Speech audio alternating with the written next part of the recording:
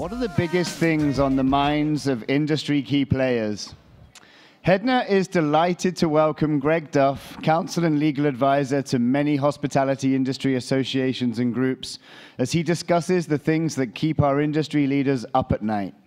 Please welcome Greg, along with Andrew Rubinacci, SVP Revenue and Distribution for Omni Hotels, Monica Xuereb, Chief Revenue Officer at Loews Hotels, and Calvin Anderson, Head of Commercial Oyo Rooms.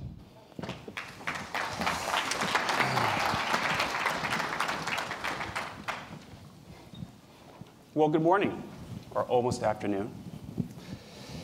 Today we have a great panel, and I'm going to skip introductions simply because I believe all of our bios are in your materials. Well, materials, right? That's old school. In the application, excuse me. And you can look at our material, our backgrounds there. So I thought I would jump right into questions. I have a number of questions, sort of broad areas of interest that I think have been talked about in various presentations already here. Those are simply conversation starters, and I know that there's a plan for some Q&A at the end. And then my favorite, at the very end or toward the end, we're going to do some word association, where I ask our panelists to throw out a single word, and their responsibility is simply to give me their immediate answer. And I promise that we won't pick out anyone sitting here or any groups or companies. That's risky. We'll be good about that, but it's usually a fun thing to end with. So with that, I'll throw the first question out to the group, and whoever is the brave soul can jump in first. Top headline in distribution in 2018. So we're looking backward now. I don't think it's necessarily a headline, but I think one of the biggest movers in 2018 was Google Meta. It showed up on the screen, and it's gone through a series of every kind of app, and the performance and production is phenomenal, and it is a huge, viable player on the shelf. If you're not deep into dynamic daily management of Google Meta, I think you're missing an opportunity. I think it's only going to explode more, but it is, in my opinion, replacing SEM in a lot of ways, and to me, it's one of the biggest players on the shelf that not a lot of people are talking about. I haven't seen a lot of articles on it, but it is, it's king this year, and it's going to become even more, or last year, and it's going to become more this year, I think. Even more so, okay. Monica, you want to weigh in on this one? Sure. Yeah, I think for me, it was the European antitrust investigation into Amadeus and Sabre. I thought it was really interesting, considering the previous year they had gone after Google, I think, for like $2.7 billion. I think they're really flexing their muscles. And, I thought that was really big, considering how it all started with sort of Amadeus and Sabre asking them to investigate Lufthansa. But I followed that very closely. And, of course, we're all, so lucky to have dealt with Gdpr and all of its wonderful things that came along, but I think that was sort of a shot across the bow that was very interesting for me. Andrew? Yeah, I was going to say GDPR. I don't think we know all the ramifications. I think there's going to be a lot of litigation, but the ability for the EU to basically put on a regulation that impacts the entire world no matter what, and especially for the North American market, really don't understand, I think, what the ramifications are going to be and what the impact truly is. So big headline. I think there's going to be a lot more to follow, though, in the next 24 months. All right. So let's shift gears a bit. I'm going to throw out a phrase here, rogue wholesalers. It's a phrase I hear often from clients that call our office saying, what are these things and what do I do about them? And obviously keeping in mind here we're not to pick on any particular party. But tell me a little bit about rogue wholesalers. What one of you describe for us in simple terms what that really means. What is the issue? Yeah, I mean, basically what it is wholesale traditionally was a product you gave someone that should have been packaged up with error cards, part of a package. It's kind of like when you buy a multi-pack of chips on the individual packages, it says not available for resale. There's reasons, and there's discounts that the provider gives that to buy a multi-pack. So the pricing we've given as an industry to wholesalers was meant to be bundled up, and what's ended up happening is it's just being dumped everywhere, debundled. So, the way you got to rework your relationships with the wholesalers. You got to make a decision independently. Does that still make any sense, that business, or what? But I think that's the biggest issue: is people are taking the product that was meant to do one thing and dumping it everywhere else. Is that a new phenomena, or are we just seeing the effects more now? I've been concerned about it for about 15 years because I came up through Orlando and I understood what wholesale was and really what the risks were. But it's really in the last 4 or 5 years, and when Google started really going into Meta and everything else, it kind of just became mainstream and got out there. So I've heard or read that Meta, whether it be Google or other channels, are largely the culprit here, meaning this is a practice that's been going on. People have known about it maybe as long as 15 years, but now because of Meta channels, they're broadcasting and distributing or making available these now unbundled rates. They're the party to blame. Right. I think before, as Andrew said, those rates were really hard to come by, right? So we all know that none of the wholesalers can really control onward distribution, and if you expect them to control onward distribution, and if they tell you that they can, they cannot. So historically, they've still moved their product down the chain, but now those kind of, I guess, rogue agents, you could call them, really anyone can put those rates online. And many times, the wholesaler you have a contract with, they don't even know that's happening until, obviously, you make a reservation and they can trace it back to who it is. I agree with Andrew. I think the transparency of pricing over the last few years has really illustrated that this is kind of an outdated model. And I think from our perspective, we tried for a couple of years to police it. You just can't police it. It's like a whack-a-mole. You find one, there's 5 more waiting to go. So, I think there's an interesting question whether is there still an excuse to use static rates. I think that's a very individualized decision. Especially independent hotels, I think, have a bit of a harder decision to make when it comes to wholesaler.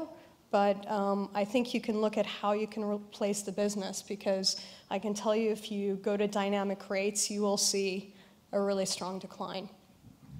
I'm going to give you a slightly different perspective on the wholesale. I would just say that one, Meta is the vehicle for why I think there's more of these showing up, but not the prime product. It's a byproduct. It's a reason you can be a pop-up kind of new third-party OTA in the space and just spit inventory everywhere. But they're the vehicle, not the reason. And the second thing would be, while incredibly difficult to manage, I think that we have, as an industry, allowed the wholesalers to do it, right? Because the buck can stop with the hotelier, which is I'm cutting off all inventory.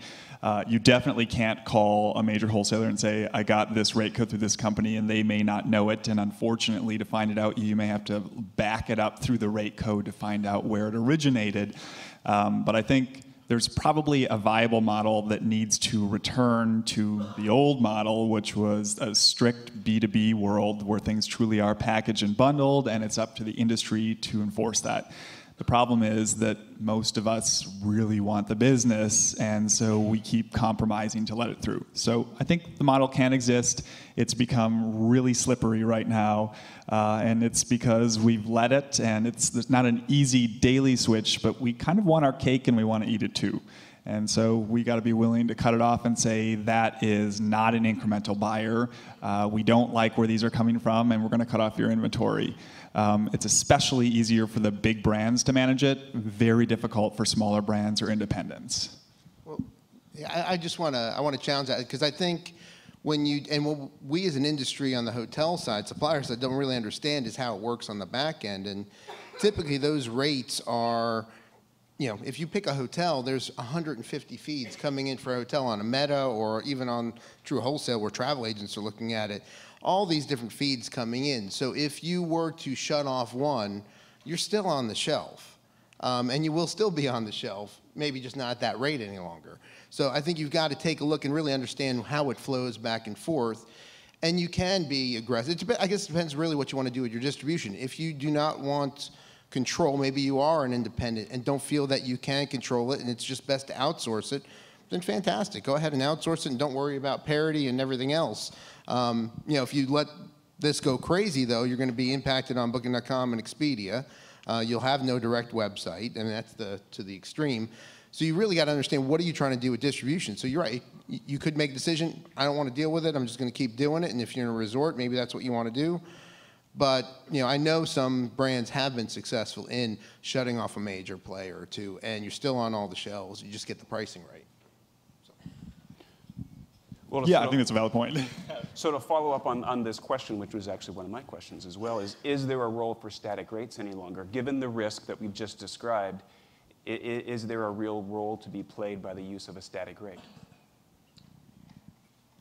Yes, in a limited, I mean, once again, in an exception. So if I have a hotel in Bora Bora and the wholesalers, you know, own 80, 90% of the lift coming into, Right. or a ski resort or whatever, and they want static rates and they're packaging it up, there actually is rationale on why you might want to do a static rate. It's obviously just a niche part of the business, but you may want to do that. I think from a revenue management standpoint, then you got to make sure your pricing's right. So if your retail rates are $1,500 a night in Bora Bora retail, and you're giving $700 rates in wholesale, by the time they package it up and everything else, it's still going to be cheaper than your retail pricing. So make sure your pricing's right, and you'll still drive some direct if you want to. But there is still niches out there that I think it's necessary.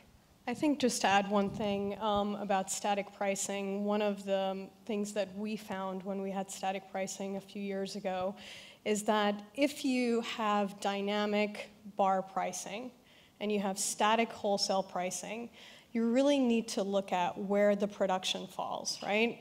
Because when your dynamic rate is lower due to lower demand, the gap between your static price and your dynamic price is smaller.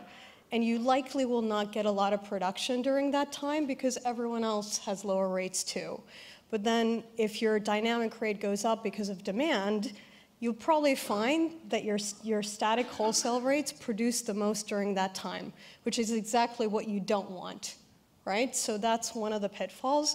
I agree with Andrew. I think it's an individual decision, but there's a lot of things to look at. Yeah, and to that point, it's a channel. You can always maximize one individual account, and that's what the industry's done for a long time. We've got salespeople still, in some cases, deployed against these accounts. It's the wholesale, and I think we're all talking about it here, the wholesale channel. If you have one that just happens to be lower, the business goes over to that account. It's the same customer. They're just seeing it in the back end. They're seeing on Meta. They're not actually the individual accounts driving a lot of that traditional business anymore that we still like. If they bifurcated, that might be an opportunity, but they're unwilling to do so. So I think you've got to look at it as a channel, and you can optimize any one account, but you're probably going to hurt the rest of your, yeah. Yeah, I would just say, I mean, that static is a utility for the static buyer, right? So there are people that, whether it's the B2B world, typically, hopefully, that there are people that buy by print, right? And so there's a model for static as long as people are purchasing off of print. Yeah. Which we just heard is a very select few people any longer. Kind of, but there's, you know, whole countries that their tour operators operate in that arena. And so I think there's definitely a market for that until the whole world is working completely off of their cell phones. Okay. So Monica, I'll ask this question of you. Chinese inbound travelers, is that a meaningful travel segment for you? I think for us, you know, we're North American based, where we have 25 hotels. It is not a meaningful channel for us. I think we have explored and looked at it and gone there, and you know, we play with the major players there, but we really haven't seen the production and we haven't expected it. You know, the majority of our international business comes from South America or from Europe. You know, the same question I think has been asked of us, of leadership, about the Middle East business, which is very lucrative for some companies. But for us, we just don't have the visibility as well as we don't have the distribution in China, right? So when I worked for Ritz-Carlton, we had to open 5 hotels in China before people really understood or could even kind of pronounce the name. So we just know that's not a place where, it's not where the fish are for us. Okay. How about you, Andrew? Well, my portfolio is very similar to Monica's, so it's North American based only. So it's coming. We're starting to see some things in San Francisco, LA, the key markets. But at this point for us, it's not as meaningful. And the Omni brand is not well known, over in Asia. So until that time, but my previous role, I was with Intercontinental Hotels Group for many years. Yeah, huge. And over there, since the Holiday Inn brand was there since 1994, locals knew about it. It was becoming very, very lucrative with the inbound. You want to take that one too? Yeah, we've got 9,000 hotels over there, so it's all about cost of acquisition, right? So if we didn't have that market exposure, they would be way too expensive for us, right? But because we do have some exposure, we actually anticipate, of course, the Indian and the Chinese traveler is going to be, and South Asian is going to be incredibly important to us because we already have that brand exposure. So putting aside brand exposure for a moment, what are the big challenges that you've experienced with that segment? I think, for an American hotel company or a US-based hotel company, the biggest challenge really is just content and ease of purchase, right? So simple things like Alipay or WeChat Pay. I mean, if you go out of Shanghai, Hong Kong, or Beijing, you can hardly use a credit card. And so I think that adapting to a model that accepts that kind of arena and that the content is really built for that traveler and that ease of acquisition is built into their system. So I would even go as far to say as doing something like Didi did where they're on the Alipay app. That's going to get you front and center right on their shelf. So the biggest issue is, do they know who you are? Are you on their shelf? Is it easy to convert? And is it easy to really have visibility into the content? And if you have that, you're set. And if you don't, it's really expensive and difficult. Yeah. Okay. All right. Let's shift gears here and talk a little bit about loyalty. And question for you, a sort of broad question, and then we'll narrow a bit. What is the role of loyalty in distribution? I think it really is the secret sauce. When you take a look at some of what the major brands have done, there was just a recent study that came out from Calibri Labs just last week. It's showing that the book direct message, everything else really pivots off of loyalty. It gives people a reason to book direct. For smaller chains and hotels that don't have that 9,000 hotels or 5,000 hotels or just a couple hundred hotels. It's really about the guest experience on property. How do you, since you know something about them, how do you make that experience right on property so they will select you next time? So I think it's, depending on your hotel type, your brand, it means different things, but I still think it's very, very important to get that repeat traffic back. Monica? I think I agree. I think, our drive towards, direct bookings versus indirect bookings, loyalty is, I think, the main tool in the toolbox. Now, I say that coming from an interesting place of a company that doesn't have a loyalty program, but still runs, high occupancies in the 80%. So it's, it's interesting. I think, as Andrew said, we show loyalty to our customers in different ways by recognizing what they like or what they don't like, by delighting them with certain things when they come to our hotels. I think for us, being smaller, a loyalty program is expensive. It is not free. So even some of our owners, we met with some of our owners recently that only own one of our hotels and own multiple brands, and they actually said to us, "We're happy that you don't have a loyalty program," which was shocking to me, but I'll take it. But I think it's an important tool to continue to try to hold on to that direct business. Do you think that your direct booking efforts have been hindered by the lack of a program, or do you think you've more than made up for that through other actually think that our direct booking efforts could be better and could be enhanced by a loyalty program. I was never a fan of loyalty pricing. When we did our case study, when everyone was really coming out with that, and we did a case study to give 2%, 5%, 10% to our loyal customers, there just wasn't the incrementality would have had to have been so great that we barely would have broken even. So we chose not to do loyalty pricing. And you could say maybe we got lucky because it's been a good last couple of years. Who knows? I'd like to think it was more strategic than that, but I think that that's going to be something that the larger brands are going to have to deal with down the line, because once you give these kind of perks and benefits, it's very hard to take them away. They become sort of table stakes, really. Right. Okay.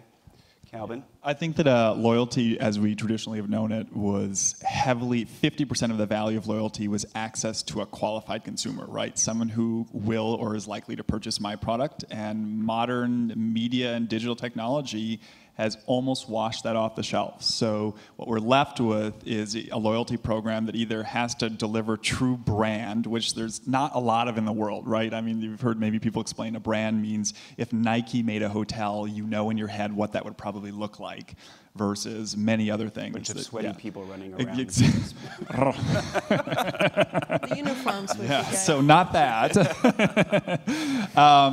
So you either have to, so then the other pieces with loyalty, you've got to either drive great quality that people love and want, so you've got your Nikes and Apples and stuff like that out in the world, or you're left with kind of buying that, even you're buying loyalty in your program. And so that's why it's so expensive. In most cases, people really should look at their cost of acquisition, and these brand costs are becoming sort of OTAs that are buying loyalty, and they're pretty darn expensive. And as we start to see some of these OTA and third-party margins drop, below certain percents, I would argue there's a great argument for who really is it cheapest to be on the shelf with.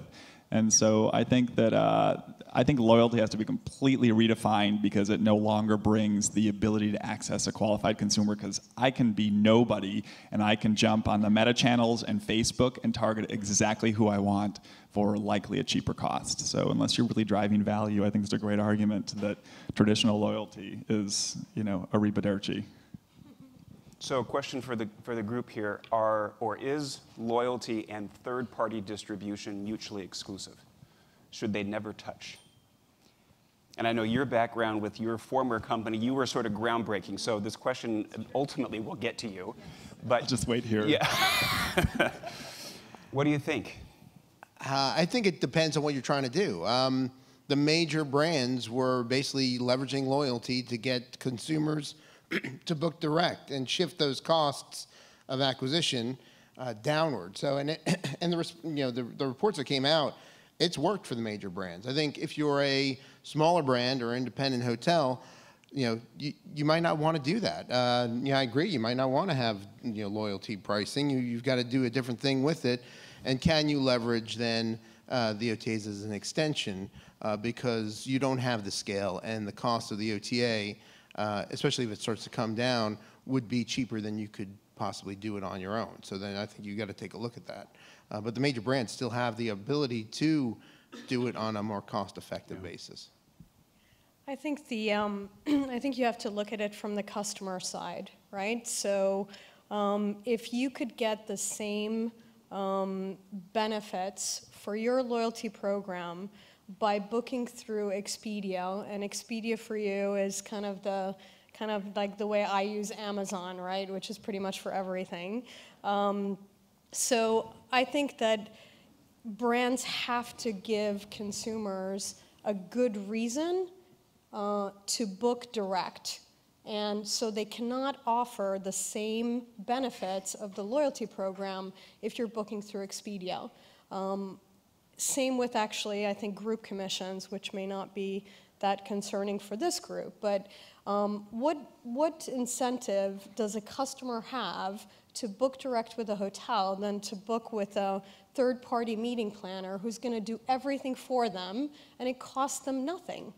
It's kind of the same situation. So if we were a larger brand and had a loyalty program, I would not offer those benefits to third parties. I think that's a differentiator. Right.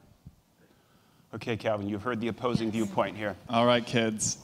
So I think, again, it goes back to defining what's in your loyalty program. If your loyalty program is a high base cost or high cost point system where people are getting cash value out of it, then you may have the right to say, I'm going to pass on my distribution costs to you, or if you're going to make that easier for me, I'm going to, or I'll pay for it to get you to my shelf somewhere else.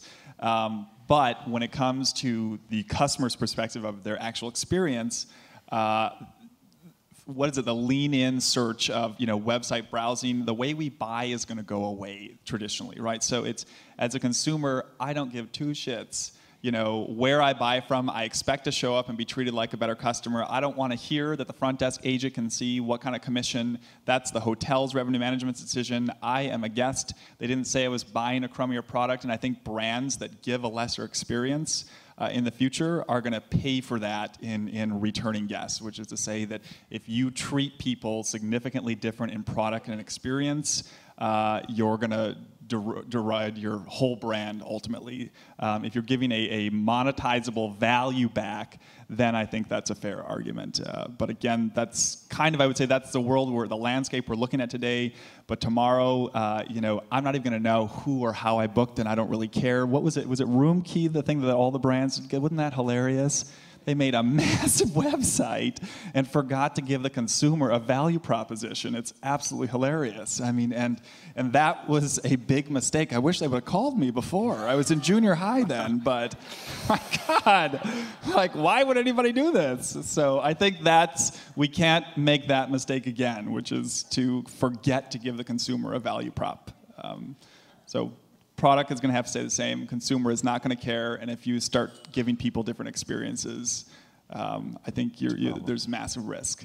And you would have the ability to give a different experience if Marriott was forever going to be, the 7th most visited website in the world. I think they used to say 5 or 6 years ago. But I mean, no one's going to go to Marriott.com in 5 years, right? So if they don't own a space on the digital shelf, that value prop is not going to be there for the consumer. Okay, we're running out of time here quickly. So last question, a topic that I think has been covered quite extensively here, at least in conversations, voice. Is it a bunch of hysteria, or is it a real opportunity? Yes. C was not an answer. Monica, what do you think? I agree. I think, I'll probably, change my mind when I do want something from Siri. But, speaking to some of our customers and some of our customer advisory boards, the basic tenets of what they want in a guest room haven't changed, right? They want it to be clean, first of all. They want it to be functional. They want it to be available to them. Is it fun to ask a machine to turn off the lights? Sure it is, as long as it works, by the way, because I think that some of the brands have put in voice-activated technology and it doesn't always work. But I still think people are going to be okay with getting up and turning the lights off without a voice-activated capability. How about I hate turning the lights off. Okay, so you definitely want Siri in your room. How about in terms of booking? Have any of you tried to book a hotel room on one of the devices? I mean, yeah, I think if it does get traction, I think brands could become more important. So it might take us to the reverse of Marriott doesn't matter. Marriott might matter, because if I say I want a hotel in Times Square, you don't know what you're going to get. But if you're thinking, hey, I want a Marriott, give me the Marriott in Times Square, all of a sudden, the consumer, if they keep that top of mind, then it's that one hotel that you get. So it could change the way we as brands market to consumers, again, back to traditional, top of mind branding. That said, I don't know how much traction it's going to get and when it's going to get traction. I think it's still a couple years out. But when people start having it in their homes where they walk in, turn on my lights, turn on my, and that gets critical mass, we're going to have it in the rooms. It's going to be expected, and I don't know how far off that is. I think it should be a choice as well, right? I do not want an Alexa in my room. Even if it was available, I definitely wouldn't want it. I'd take it out, or I'd unplug it. Unplug it, yeah. And I think as we kind of move through this cycle, privacy is going to become a bigger issue for the majority of just people in general. You must not be Gen Z, is that right? I am not Gen Z, no. But I'm not a baby boomer either, so. Nobody wants to be responsible for that. All right, we're getting really close to the end here. So a little word association. So the rules here are, I'm going to give each, one at a time, a word, and I want to hear sort of the first thing that comes back. It may be a word or a phrase, some of which are relevant to what we're all here about, and some perhaps not so relevant. So first one, IATA. Monica. A long list in an Excel spreadsheet. Okay. Calvin. Amazon. Why didn't I marry Jeff Bezos? He's going to be available. I understand he's currently available, so you may be able to resurrect that. We heard it here first. Tighter pants. Okay, all right. All right, Andrew. Wall. Trump, I don't know. Mexico's going to pay for the wall. Yeah, okay, Andrew, I'm just telling you. All right, I thought somebody might go there with that. Okay.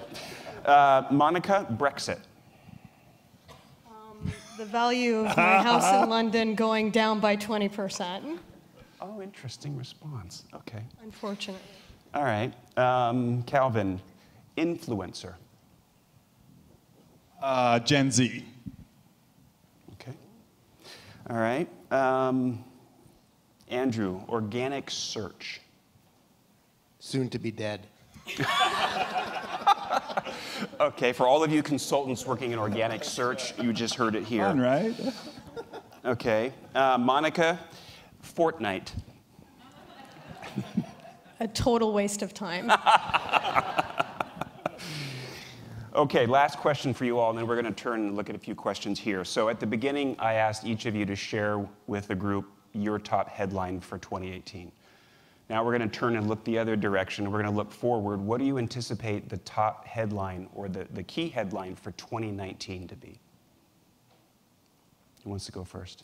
I'll go first. I think that you're probably not going to see as much hotel company consolidation, but you're going to see a lot of travel technology consolidation, right? So Amadeus, Cvent, quickly becoming sort of the two powerhouses of just a lot of options for their clients, which is great on one end and also a little scary on the other end. How about in the OTA space? You think, I mean, there's obviously been consolidation in the years past. Do you think that will continue? I think it's hard to say. There's a duopoly now, so I'm not sure if it can become.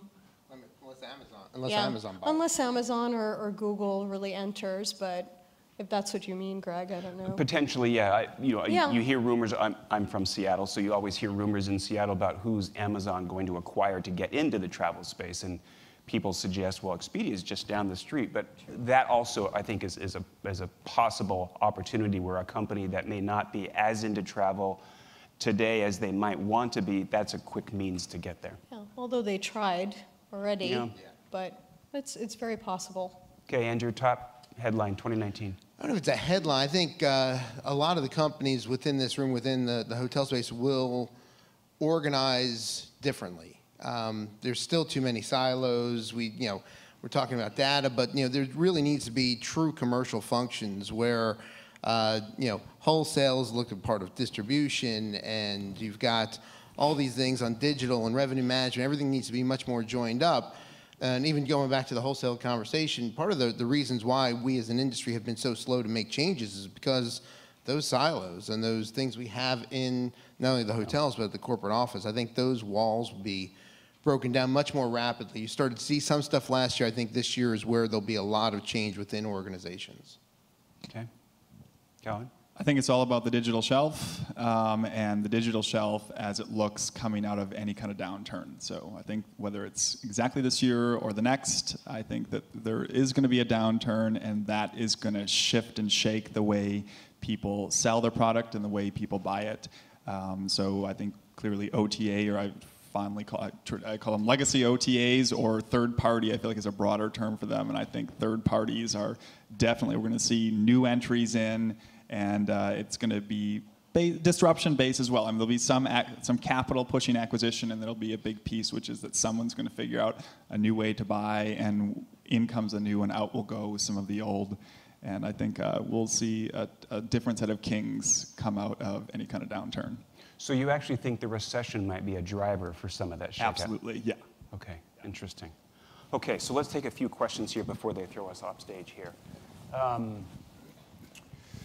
few of these we probably shouldn't talk about. So the second one, how are you looking at incrementality given the connectiveness from all the distributors in this space? I'm not sure exactly what that means. Is that attribution? Are they? Those of you. Whose question is that? Yeah, whose question is that? You, Roger? Connectiveness. Those who ask that question, what do you mean by that? There's no brave soul. I have a thought on incrementality. I mean, just in case it's so I think that we need to get to a world where we're understanding the cost of acquisition for every dollar that comes into our organizations, whether it is media buying, it is commissions, or payroll, frankly, right? And then the second piece to that is understanding the incrementality of that. So what I would even go as far to say is a great example of that very practically is in your third-party negotiations. Which is to say that I would, in fact, I'm not, the coveted coup d'etat is not just a low commission rate or cost of acquisition. It's that we define the parameters of whose consumer is whose, who owns the bottom of the funnel, and what that relationship looks like. And if you can bring me as a third party a more incremental buyer, I will pay you for that. What I'm not going to do is just go for the lowest commission in the world and then do basically no math to really understand that it's completely diluting my natural organic costs. So I think incrementality is it's the left hand to the right hand of cost of acquisition. Okay, let's take one more here. And you actually started heading down this path in terms of the recession and the effects of the recession. Monica, economists predict recession sometime maybe late 2019, early 2020. What's the effect of the recession on distribution as we see it today? I think it'll be probably very interesting to see whether it's really a shallow recession, right, versus something that we've seen in 2009, 2010. So I think people will fall out, like Kelvin said. You know, there will be some that won't make it, which will be interesting in the competitive space. I'd hope that we learn some lessons from the pricing side, and really that we don't go crazy on the pricing side, but who knows. But I think that that hopefully we've kind of come to a good place where we can sustain, even if there is a recession, that we don't have bad actors who start doing crazy stuff. That lessons learned. Exactly. Right. Yeah. Andrew, last word. Yeah, I'm still not sold we're going to have a recession. I think we're talking ourselves into one. When you take a look at a lot of the data, and typically recession's done by some sort of bubble, asset bubble, some sort of bubble. Those factors aren't in there. And we did see that we slowed down the last couple of months. I think we are talking ourselves into a downturn. If we do, I agree with Monica. I don't think it's going to be very deep. I think we'll wake up after it's miserable and we figure it out. But yeah, I mean, there are more tools out there. So the risk is, are there more tools for us to do stupid things more quickly as an industry? That is an option, but hopefully we use it to do more thoughtful things and really understand if the relationship between discounting and increased shift of demand, we're just not giving 10% off and hoping to get 12% back, because it just doesn't work that way. Okay. Now I'm seeing a clock here that suggests I have 5 more minutes. Is that true? Yes. Oh, well, we'll keep talking then. Okay. All right. All right, so let's talk a little bit. So Google's mentioned here in the list. You spoke of Google at the outset. Monica, what do you think? And I'm not sure if we have Google folks here or not, but do you think that Google is they're obviously drawing a very fine line between Meta and becoming an OTA versus an advertising platform for the OTAs? When you think of Google and the opportunities, perhaps, what do you think of? Well, I think Google is another mouth to feed, and it's a very, very powerful, player in all of our lives. Really, probably has more information on us than probably we know ourselves. So it's going to be interesting to see whether Google and Amazon replace someone else or absorb someone else, or whether now we have to deal with even more mouths to feed. Mm-hmm. Does that make sense? Mm-hmm. Well, since there are probably Android phones in the room and Google's listening, all hail Google. But cheap date, man, cheap date. I know. They're listening, though. They know.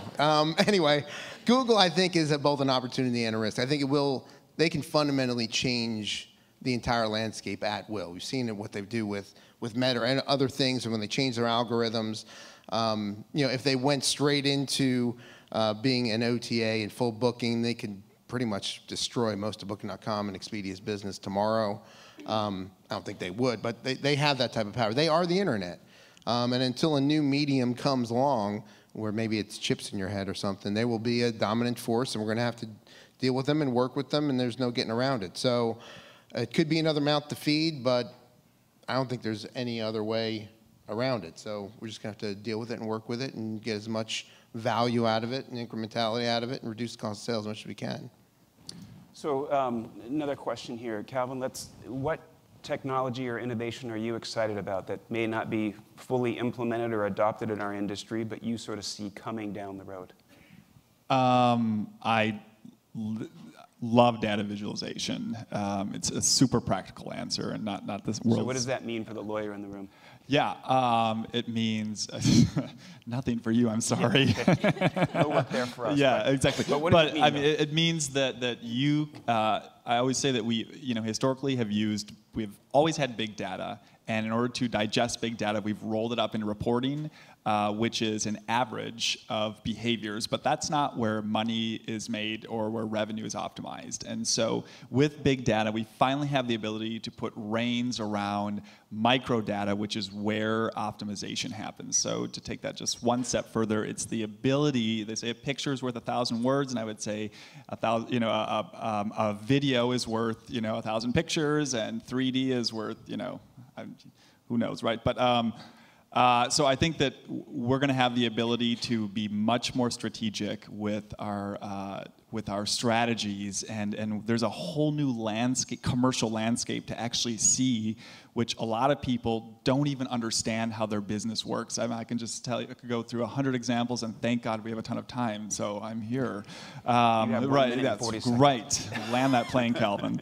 But I mean, how many? Have hundreds of times a week where I see something in data visualization that really is a unique pattern specifically tied to a unique rate code or product through a unique channel and a unique consumer buying behavior that I think, God, a year ago, I would have completely misassumed what the cause was that and would have misaddressed it. And so I think we're in a world where the very practical strategic user now has vision into what's happening in the commercial space. And that vision will become more automated in time, but I think it is the most tangible thing anybody in commercial can do right now, which is start playing in data visualization, because it's so practical and the insights are so usable and phenomenal. Okay. Andrew, technology, innovation? Yeah, I agree with that, individualization, personalization, but there will be different products and different prices on the shelf for different people.